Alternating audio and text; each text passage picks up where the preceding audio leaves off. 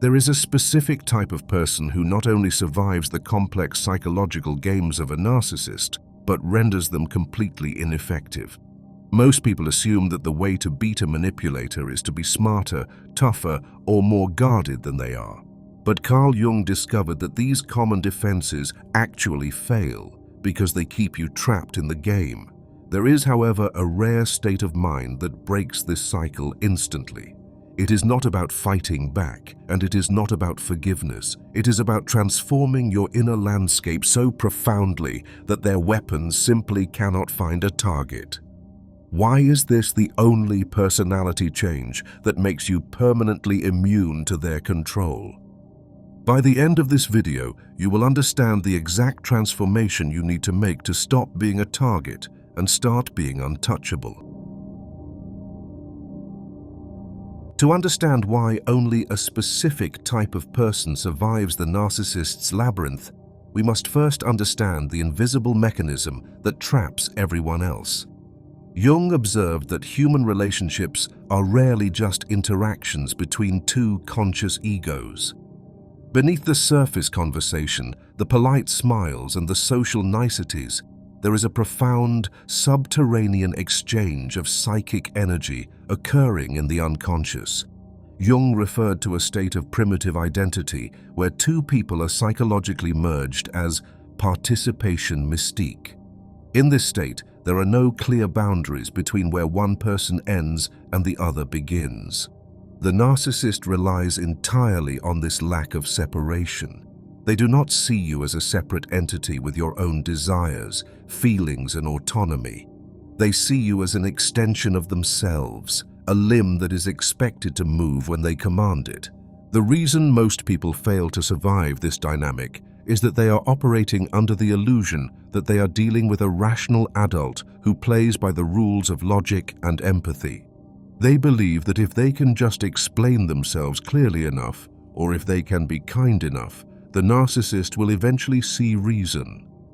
This belief is a fatal error because the interaction is not happening in the realm of logic. It is happening in the realm of primitive, unconscious projection. The narcissist is projecting their own disowned shadow, their feelings of inadequacy, their rage, their shame, onto the victim.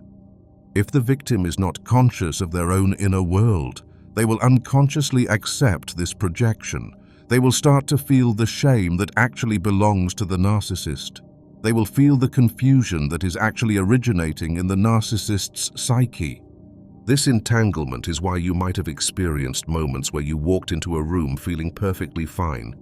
Yet the moment you were in the presence of a specific person, you felt a sudden, heavy wave of anxiety or guilt without a single word being spoken. You were not just reacting to their body language. You were experiencing a psychic contagion. You were feeling their unacknowledged emotions because your own psychological boundaries were permeable. The person who eventually survives this dynamic is the one who learns to break this participation mystique. They realize that the heavy feelings they are carrying do not belong to them. They begin to distinguish between their own authentic emotions and the psychic debris that is being dumped into their mind by the other person. The survivor understands that the game is rigged because the narcissist is not looking for a connection. They are looking for a container. They need a human vessel to hold the toxic emotions they cannot process themselves. As long as you remain a willing vessel trying to fix the relationship or heal the narcissist, you remain trapped in the participation mystique. You are feeding the dynamic with your own life force. The survivor is the one who stops being a container. They seal the cracks in their own psyche. They recognize that empathy without a membrane of protection is self-destruction. This realization is the first step toward immunity, but it requires a terrifying confrontation with reality. It demands that you accept that the connection you thought you had was never a connection between two souls, but a parasitic attachment between a host and a feeder. This acceptance is painful, but it is the price of freedom. The survivor is the one who is willing to pay that price. They stop trying to be understood by someone committed to misunderstanding them. They stop trying to prove their worth to someone who benefits from their worthlessness. They begin the arduous process of pulling their energy back, thread by thread, from the tangled web of the narcissist's disorder. This withdrawal of energy is not a passive act. It is a declaration of psychological war. It signals to the narcissist that the supply line has been cut. But to maintain this cut, to keep the bridge burned, requires a strength that goes beyond mere willpower. It requires a fundamental restructuring of the personality. If you are beginning to realize that your psychological independence is the most valuable asset you own, make sure to subscribe to the Zero Mind channel. We are dedicated to exploring the depths of personal and spiritual development that most modern psychology ignores, and you won't want to miss the future guides on reclaiming your power. In the next part, you'll discover why your greatest virtues, your kindness, your patience, and your desire to be a good person are actually the very chains that bind you, and how the survivor learns to break them. The greatest tragedy for those who fall prey to narcissistic manipulation is that their entrapment is often a result of their best qualities. Jung used the term persona to describe the social mask we wear to fit into society. It is the face we present to the world, the polite neighbor, the dutiful child, the patient partner, the forgiving friend. We are taught from infancy that to be good means to be agreeable, to put others first, and to suppress our own anger and needs. While the persona is necessary for social survival, over-identification with it is fatal when dealing with a narcissist. The narcissist is a predator of the persona. They hunt for people who are addicted to being seen as good. The person who survives the narcissist is the one who is willing to let their persona die. This is a terrifying process because it feels like a death of the self. We cling to our identity as the nice one or the peacemaker because it gives us a sense of moral safety. We believe that if we stay in the light, we will be protected. But Jung warned that a man who has not passed through the inferno of his passions has never overcome them. The narcissist exploits your attachment to your persona by weaponizing your own virtues against you. If you pride yourself on being compassionate, they will accuse you of being cold until you overcompensate. If you pride yourself on being reasonable, they will act so irrationally that you exhaust yourself trying to find the logic in their madness.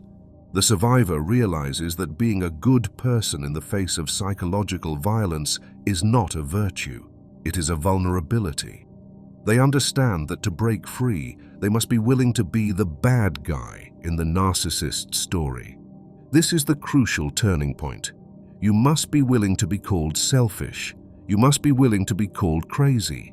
You must be willing to be misunderstood by mutual friends and family members who are still under the narcissist's spell.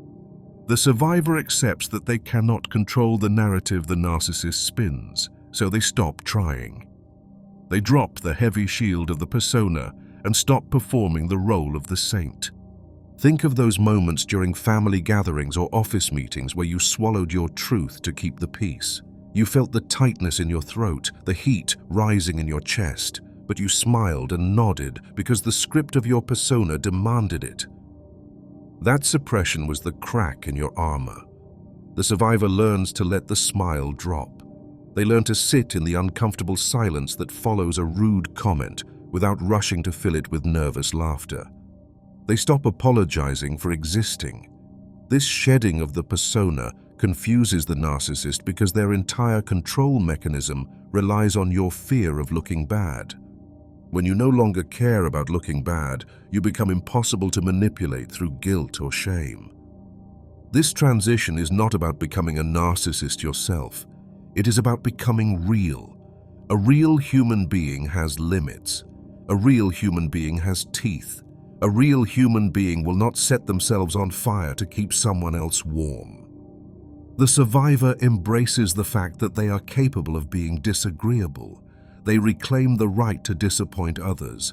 This is the death of the nice self and the birth of the authentic self. The narcissist cannot hook into authenticity because authenticity offers no jagged edges of insecurity to grab onto. The persona is sticky. It wants validation. The authentic self is smooth. It generates its own validation. By dismantling the persona, the survivor forces the dynamic to shift. The narcissist is left punching at air because the predictable, nice target is no longer there. The survivor has stepped out of the role play. They are no longer the supporting actors in the narcissist's drama. They have walked off the stage entirely. This act of walking away requires a profound tolerance for discomfort, specifically the discomfort of being disliked. But the survivor knows that being disliked by a predator is a badge of honor, not a mark of shame. I'd love to hear from you. Have you ever had a moment where you saw the manipulation clearly, but because you refused to play along, you were labeled as the difficult one? That isolation is painful, but it is also the proof of your sanity. If you have stood alone in the truth while others were fooled, comment below with the word perception. Let's validate the reality that you are right to trust your gut. In the next part, you'll discover the hidden psychological weapon that the survivor retrieves from the depths of their own mind, a force so powerful that it terrifies the narcissist more than anything else. Carl Jung's most penetrating insight into the human condition is the concept of the shadow, the unconscious part of the personality that the conscious ego does not identify in itself. For the average person, the shadow is a terrifying basement where they hide their greed, their rage, their capacity for cruelty, and their selfishness. We are culturally conditioned to believe that these traits are defects that must be eradicated to be a good person. But for the individual who successfully survives and transcends a narcissist, the shadow is not a defect. It is the most vital source of psychological power they possess. The survivor is the person who stops running from their own darkness and decides to turn around and embrace it. The reason the narcissist holds such terrifying power over the empath or the highly sensitive person is found in the mechanics of this repression. A psychological law exists which states that whatever you repress in yourself, you will attract in the external world. The narcissist acts out the shadow traits that the victim is frantically trying to hide. The victim suppresses their anger to maintain the image of a peacemaker, so the narcissist becomes the vessel for unbridled rage. The victim suppresses their healthy selfishness to appear generous, so the narcissist becomes consumed by pathological selfishness. It is a perfect, magnetic lock-and-key fit. The narcissist is merely the external dramatization of the victim's internal suppression. This dynamic explains why nice people are so easily destroyed. Their niceness is often a form of cowardice disguised as virtue. They are harmless not because they have transcended their capacity for harm, but because they are terrified of it. They have declawed themselves in the hope that if they are harmless, they will be safe. Jung argued that this is a fatal error. A harmless person is not virtuous. They are merely potential victims. True virtue requires the capacity for dangerous action controlled by a disciplined will. The survivor understands that to defeat a predator, one cannot be a sheep. One must find the wolf inside oneself. This process of integration is often the most difficult part of the journey because it requires you to violate your own self-image. You have likely spent decades building an identity based on being the bigger person, the one who forgives, the one who understands. The narcissist relies on this identity. They know that you will set yourself on fire before you will risk looking mean. The survivor breaks this pattern by reclaiming their conscious aggression. This is not the reactive, toddler-like rage of the narcissist. It is a cold, clean, vertical energy that rises from the gut to defend the sanctity of the soul. It is the energy that allows you to look a manipulator in the eye and deliver a refusal without a single tremor of guilt. Many victims hesitate to tap into this power because they fear that by accessing their rage, they will become just like the abuser. This fear is unfounded. There is a profound difference between being possessed by the shadow and integrating the shadow. The narcissist is possessed. They are a puppet to their own impulses, acting out every slight and every desire without a filter. The integrated survivor, however, holds the shadow on a leash.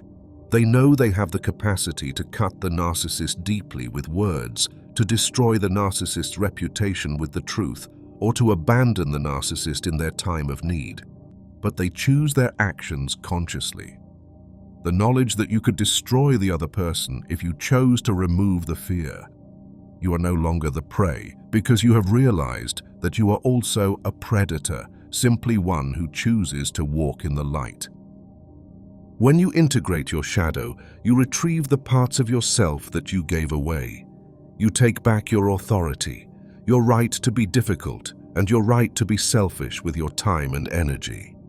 It is that precise moment after years of walking on eggshells where you finally stop shrinking from their explosive temper because you have connected with your own internal capacity for destruction. You realize you are no longer afraid of their anger because you have found a rage within yourself that is older and deeper than their tantrums. In that split second of realization, you don't need to scream or fight. You simply look at them with a terrifying calmness, knowing that you are not trapped in the room with them. They are trapped in the room with you. This shift in frequency is palpable. The narcissist, who operates on animal instinct, senses this change immediately. They smell that the fear is gone, replaced by a dormant danger. This integration is the ultimate antidote to the weapon of shame. The narcissist controls you by shaming you for your perceived flaws. They call you selfish, ungrateful, crazy, or cold. These accusations only wound you if you are still trying to pretend you are perfect. If you are hiding your selfishness in the shadow, the accusation stings because it exposes a secret you are keeping from yourself. But the survivor has already audited their own soul. They have looked in the mirror and admitted, yes, sometimes I am selfish, sometimes I am cold. I am a human being with a full spectrum of traits. When the narcissist tries to use these accusations as weapons, they bounce off the armor of self-knowledge. You cannot shame a person who has already accepted their own darkness. The survivor also reclaims their repressed brilliance and power, which often reside in the shadow alongside the darker traits. Often the narcissist targets you not just because you are weak, but because you are powerful and don't know it. You have repressed your own authority, your own competence, and your own grandeur to avoid making others feel small. The narcissist picks up this discarded crown and wears it, acting superior and grand. When you integrate the shadow, you take that crown back. You stop shrinking to fit the room. You stop apologizing for your intelligence or your intuition. You realize that your light does not need to be dimmed to accommodate someone else's blindness.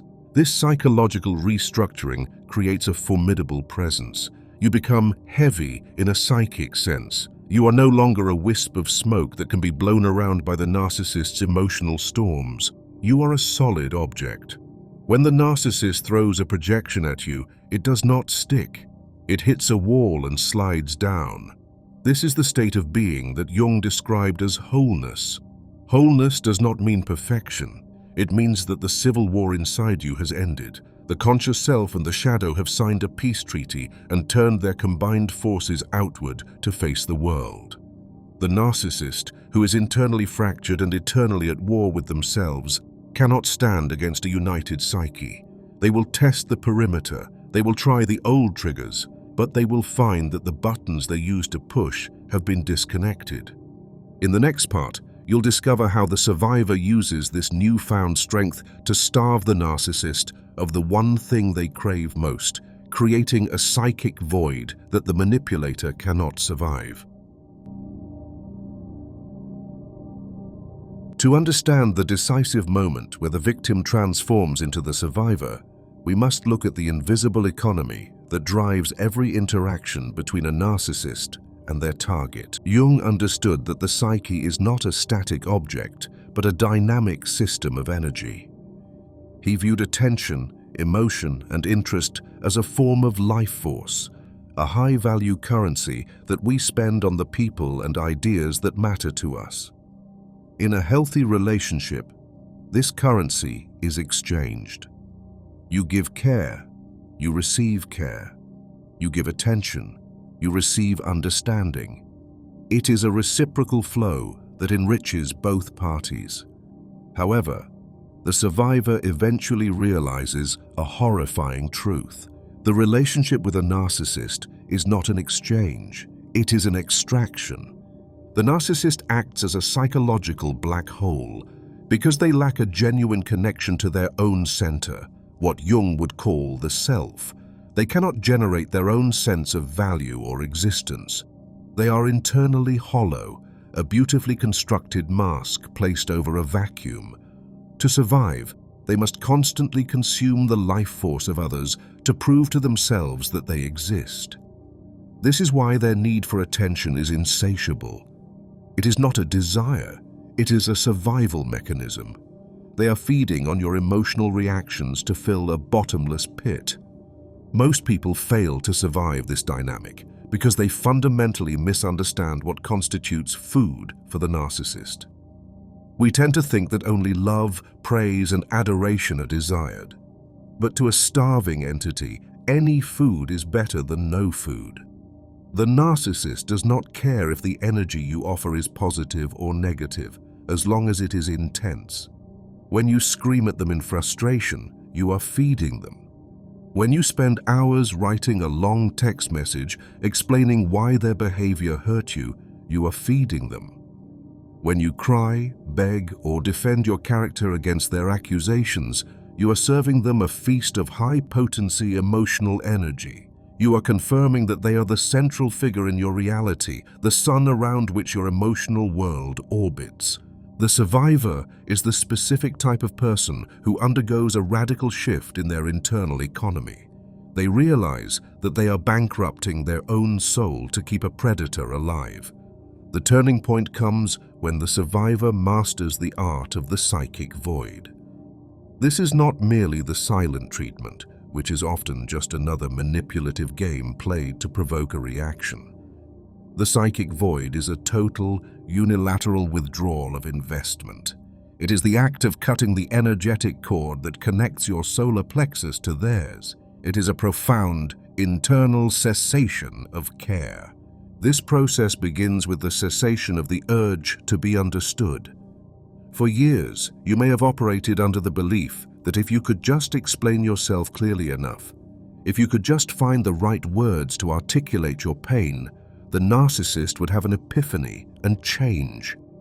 You believed that the conflict was a misunderstanding.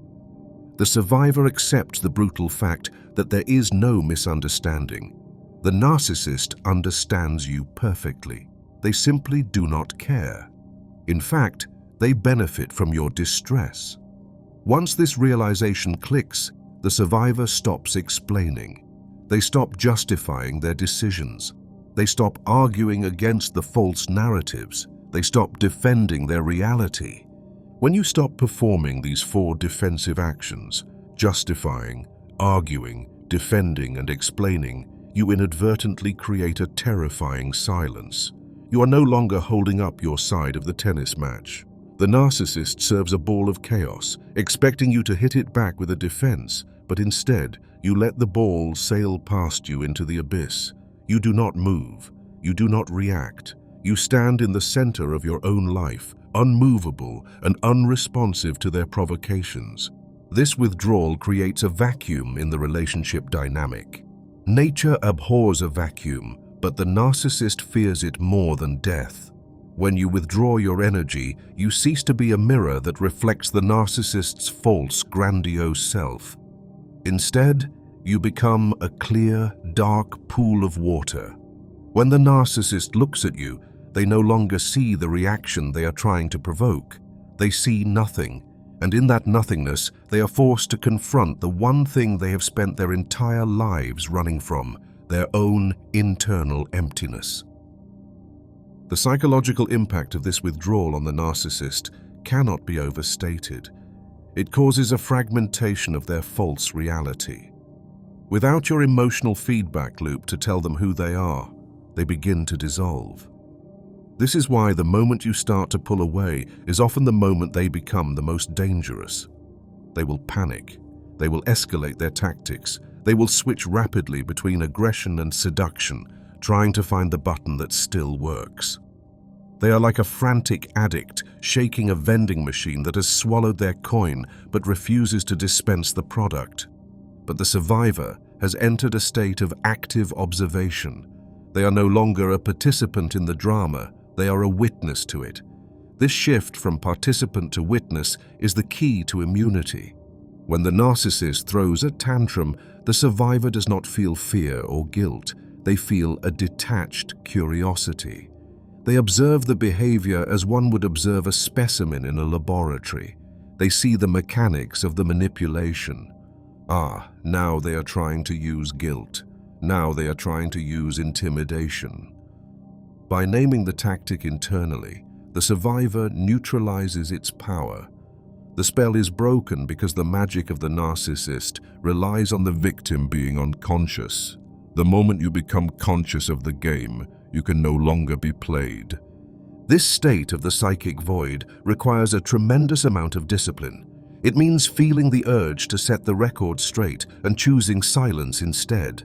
It means hearing a lie about yourself and letting it float in the air without correcting it. It means watching the narcissist try to bait you into a fight and refusing to pick up the sword. It is a conservation of energy. You are taking the massive amount of life force you used to spend on managing their moods, predicting their reactions, and recovering from their abuse, and you are redirecting that energy back into your own system. As you reclaim this energy, you begin to feel a resurgence of your own power. You become clearer, stronger, and more vibrant. Conversely, as the narcissist loses access to your energy, they become desperate and depleted. They may try to smear your name to others to get a reaction. They may try to induce jealousy, but the survivor remains in the void. They understand that any response, even a negative one, is a re-engagement with the parasite. The only way to win is to deny the parasite a host. This creates a mirror effect that is unbearable for the manipulator. In the absence of your emotional noise, the narcissist is left alone with their own thoughts. The projection they throw at you hits the void and bounces back to the sender. If they accuse you of being angry and you are sitting there in perfect calmness, the accusation returns to them, revealing their own hidden rage. If they accuse you of being untrustworthy and you know you have acted with integrity, the accusation reveals their own treacherous nature. You become a surface of pure truth simply by refusing to ripple. Eventually, the narcissist encounters the extinction burst, the final desperate explosion of behavior before they give up. But the survivor knows this is coming. They stand firm in the void, watching the fireworks without flinching. They know that this is not a sign of the narcissist's power, but of their powerlessness. The narcissist is screaming at a ghost. The person they thought they controlled is gone, replaced by a sovereign entity who guards their energy with the ferocity of a dragon guarding gold. The beauty of this state is that it requires no aggression. You do not need to fight the narcissist to defeat them. You simply need to starve them. By removing your attention, you remove their oxygen. They will eventually be forced to move on to a new source of supply, leaving you with the silence and peace you have fought so hard to earn. This is the ultimate victory, not the destruction of the enemy, but the realization that the enemy is irrelevant to your existence. You have withdrawn your consent to be haunted. You have closed the account. In the next part, you'll discover the alchemical process that turns the trauma of abuse into a higher form of wisdom, transforming the survivor into something far greater than they were before. Carl Jung was deeply fascinated by the ancient practice of alchemy, not because he believed in turning physical lead into physical gold, but because he recognized it as a perfect metaphor for psychological evolution. He understood that the human soul, much like a metal, must go through intense heat and pressure to be purified. In this context, the relationship with the narcissist is not merely a misfortune, it is a crucible. The toxic abuse, the confusion, and the heavy, crushing weight of the trauma are the lead. Most people look at this lead and see only damage. They see a waste of years, a loss of innocence, and a scar on their history. But the specific type of person who survives, the one who truly transcends, is a psychological alchemist. They are the ones who learn how to throw that lead into the fire of their own consciousness and transmute it into gold. Jung called this process of transformation the transcendent function. It is the ability of the psyche to bridge two opposing forces, the light and the dark, the victim and the survivor, the love and the betrayal, and create a third, higher state of being. The survivor does not just heal in the sense of returning to who they were before the abuse. Going back is impossible because the person you were before was the person who was susceptible to the narcissist. The goal is not restoration, it is evolution. The survivor uses the destruction of their old self as the necessary foundation for building a new, indestructible self. The process begins with what alchemists called the blackening. This is the phase of depression, disorientation, and despair that usually follows the realization of who the narcissist truly is. It is a descent into the underworld. The survivor feels as though their reality has been incinerated. The beliefs they held about love, about the inherent goodness of people, and about their own judgment are all burned away. This phase is terrifying, but Jung argued it is absolutely necessary. The ego, the part of you that cares about social appearances and polite fictions, must be broken down so that something deeper can emerge. The narcissist, in their cruelty, acts as the unwitting agent of this destruction. They burn down the house of your false assumptions, while the average person gets stuck in this blackness, trapped in a loop of bitterness and victimization. The survivor keeps moving through the fire. They begin to ask a different set of questions. Instead of asking, "Why is this happening to me?" they ask, "What is this trying to forge in me?" This shift in perspective changes the chemical composition of the suffering. It turns meaningless pain into purposeful friction. The survivor realizes that the narcissist was drawn to them not just because of their vulnerabilities, but because of their unmined potential. The narcissist saw a light in the victim that the victim had not yet owned. The abuse was an attempt to steal that light. The survivor's victory comes when they realize they can generate their own light, and that the heat of the conflict is exactly what is needed to ignite it. This leads to the development of what Jung called enantiodromia, the principle that everything eventually turns into its opposite. We see this in nature. The darkest night turns into the dawn. Extreme heat turns to cold. In the human psyche, this law dictates that when a force is pushed to its absolute limit, it flips. The empath, or the nice person, is pushed to the very edge of their capacity for tolerance. They are pushed until their kindness is exhausted, their patience is drained, and their softness is crushed. But instead of breaking, the survivor flips. Their extreme softness transforms into a diamond-hard clarity. Their excessive tolerance transforms into unshakable boundaries. This alchemical gold that the survivor retrieves from the ashes is a specific type of wisdom that cannot be learned in books or seminars. It is the wisdom of the scar. It is a visceral, cellular knowledge of human nature. The survivor develops a form of pattern recognition that borders on the supernatural. Because they have studied the narcissist's micro-expressions, their tone shifts, and their manipulative cycles for so long, they become expert readers of the human shadow. They can walk into a room and instantly sense the presence of another manipulator, They see the wolf in sheep's clothing not by the wool, but by the way it moves. This hyper-discernment is the first aspect of the gold. The survivor becomes a seer. They are no longer blinded by charm or flattery because they know that flattery is often the first stage of a trap. They look past the persona, the mask, and see the intent beneath it. This makes them dangerous to other narcissists. A predator relies on stealth. They rely on the prey not knowing what they are. But the survivor shines a spotlight on them immediately. When a new manipulator tries to engage the survivor with a sob story or a grandiose promise, the survivor does not feel pity or awe.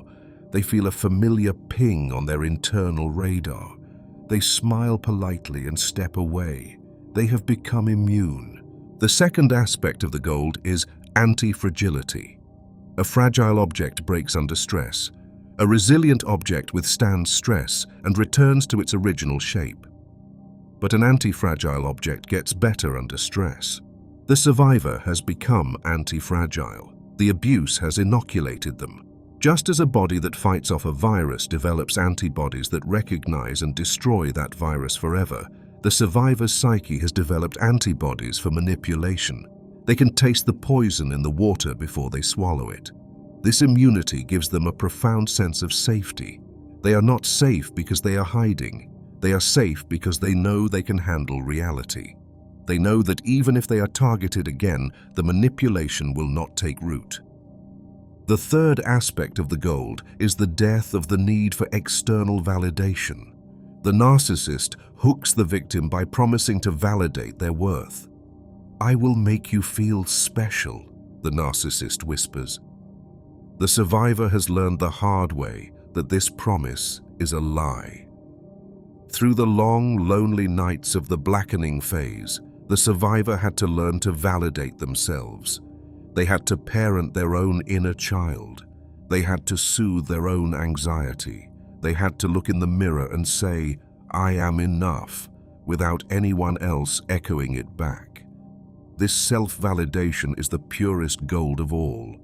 Once you no longer need another person to confirm your reality, you become impossible to control. The leash is cut because the collar, the need for approval, has been removed. This transformation is often invisible to the outside world, at least initially. The survivor may look the same, speak the same, and work the same jobs. But internally, the architecture has completely changed. They are grounded in a way they never were before. They have a gravity to them. They stop rushing to please people. They stop apologizing for taking up space.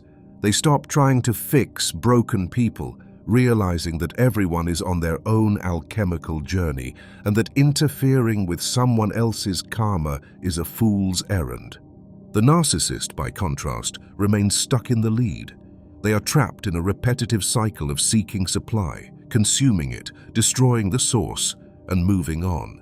They never evolve because they refuse to enter the fire. They refuse to look at their own shadow.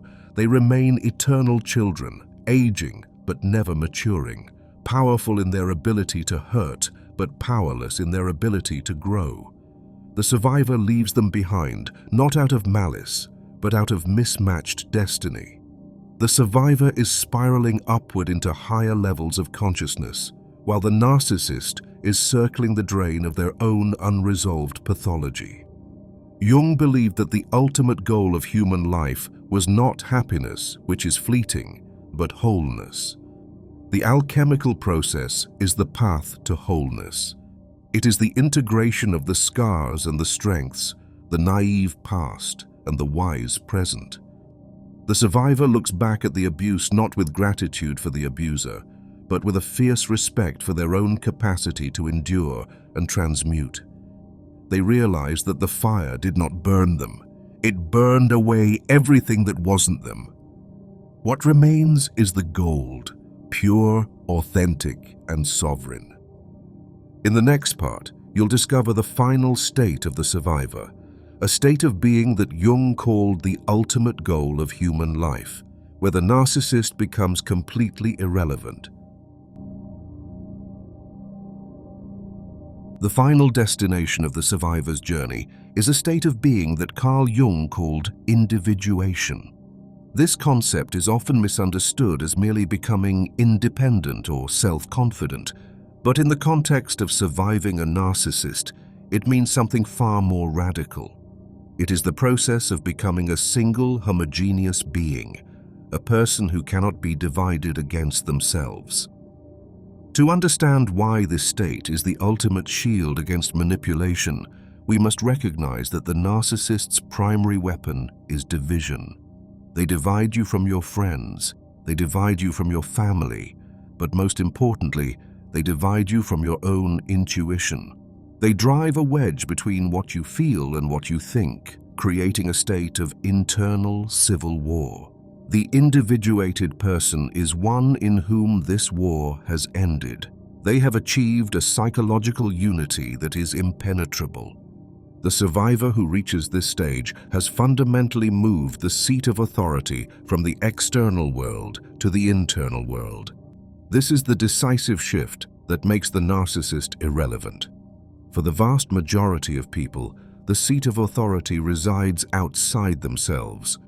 We look to others to tell us if we are good, if we are worthy, and if our perception of reality is correct. We are trained from childhood to seek validation from parents, teachers, and society. The narcissist exploits this training by stepping into the role of the ultimate authority figure. They position themselves as the judge, the jury, and the god of your reality. They tell you what is true, and because your authority is external, you believe them. The survivor is the specific type of person who, through the agony of the abuse, realizes that this external dependency is a trap.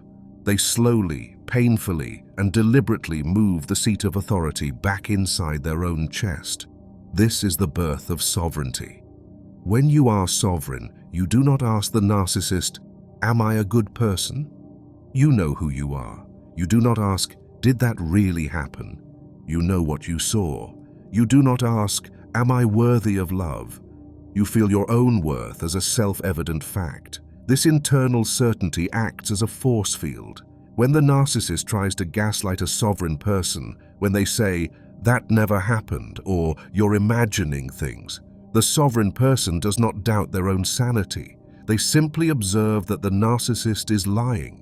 The gaslighting fails mechanically because there is no doubt for it to latch onto. This shift changes the gravitational pull of the relationship. In the beginning, the narcissist was the sun, and you were a planet orbiting them, dependent on their warmth and light. If they shone on you, you felt alive. If they turned away, you froze. Sovereignty means becoming your own sun. You generate your own gravity, your own light, and your own warmth. You are no longer orbiting them. You are standing in your own center. This is terrifying to the narcissist because they cannot control a star. They can only control satellites. When you stop orbiting them, they feel a loss of control that strikes at the core of their disorder. They may try to pull you back with frantic displays of emotion, but the physics of the relationship have changed forever. You have too much mass to be pulled out of your orbit. The individuated survivor also develops a profound immunity to the God image projection. Jung observed that humans have an innate need to worship something, to find a source of ultimate meaning and safety. In a toxic relationship, the victim unconsciously projects this God image onto the narcissist. We treat them as if they are omnipotent, as if their opinion defines our very existence. We give them the power to create or destroy our day with a single look. The process of individuation involves retrieving this projection. The survivor realizes that no human being is a god, least of all a person who cannot even manage their own emotions. They strip the narcissist of this divine power and see them for what they truly are, a flawed, wounded, and limited human being. When you strip the narcissist of the God image, they shrink before your eyes. You might physically see this happen, a moment where the person who once seemed so imposing and terrifying suddenly looks small, petty, and ridiculous. Their rage no longer looks like the wrath of a deity. It looks like the tantrum of a child. Their silence no longer feels like a cosmic judgment. It feels like a pout. This humanization of the abuser is the death knell of the control dynamic. You cannot be intimidated by someone you pity. You cannot be controlled by someone you see as beneath your level of maturity. The survivor looks at the narcissist and realizes, this person has nothing to offer me. This realization leads to a new capacity for solitude. The narcissist is incapable of being alone because they have no inner self to keep them company. If they are alone in a room, they cease to exist psychologically, which is why they are constantly seeking supply. The survivor, however, uses the journey of individuation to build a rich inner world. They cultivate a relationship with themselves that is nurturing and interesting. They learn to enjoy their own company. This ability to be content in solitude is a superpower. It makes you blackmail-proof. The narcissist's ultimate threat is usually abandonment. I will leave you. I will find someone else. You will die alone. These threats only work on someone who is terrified of themselves. To the sovereign survivor, the threat of being left alone is not a threat. It is a promise of peace.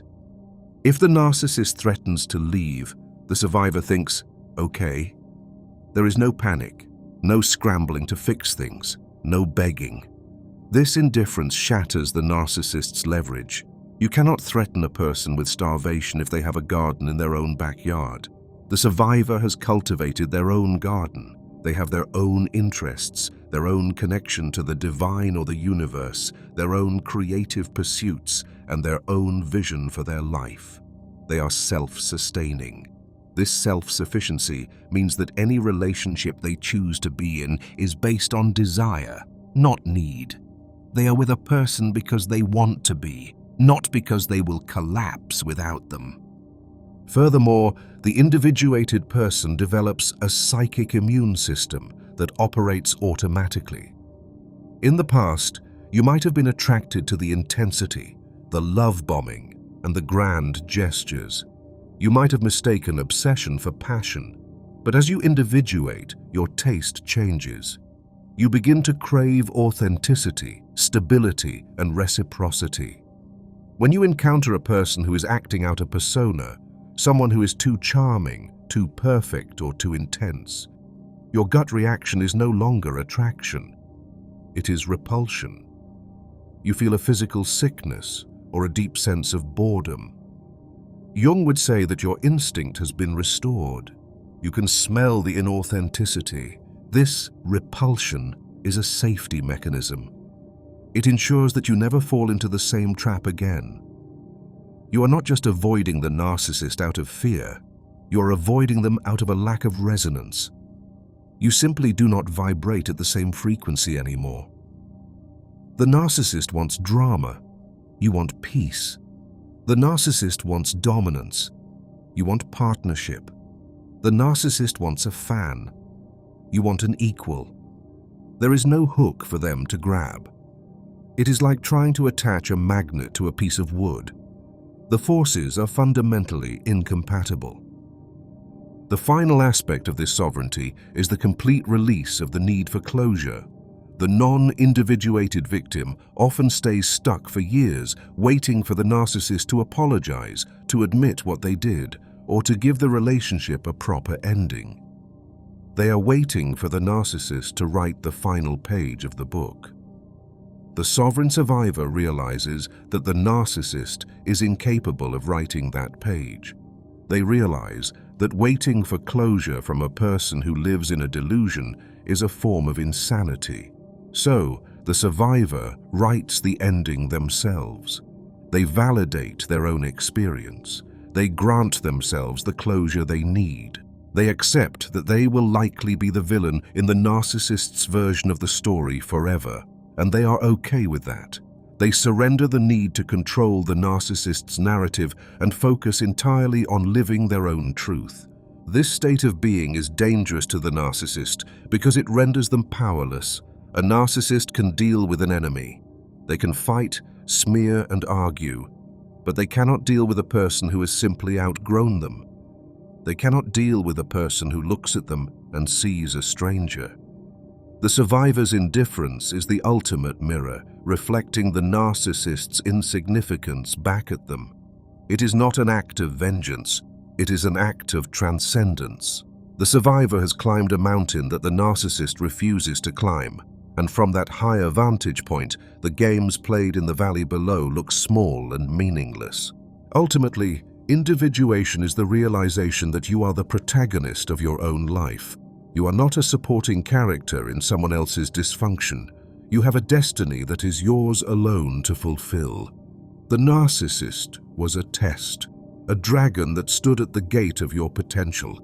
By surviving them, by integrating the shadow, and by claiming your sovereignty, you have slain the dragon. You have taken the gold, which is your own soul, and you are now free to use it. You walk away not as a victim who escaped, but as a sovereign being who has conquered the most difficult terrain of the human psyche. You are whole, you are real, and you are free. The journey from victim to survivor to sovereign is not an easy path. It is a descent into the depths of the psyche, a confrontation with the shadow, and a fiery transmutation of the self. But it is the only path that leads to true freedom. The type of person who survives the narcissist is the one who refuses to remain a child psychologically. They accept the responsibility of their own consciousness. They integrate their darkness, withdraw their projections, and claim their sovereignty. In the eyes of Carl Jung, this struggle is not just a personal misfortune, it is a summons to wake up. The narcissist serves as the gatekeeper to your own higher self, challenging you to become whole. By rising to this challenge, you do not just defeat the narcissist. You transcend the level of consciousness where the narcissist exists.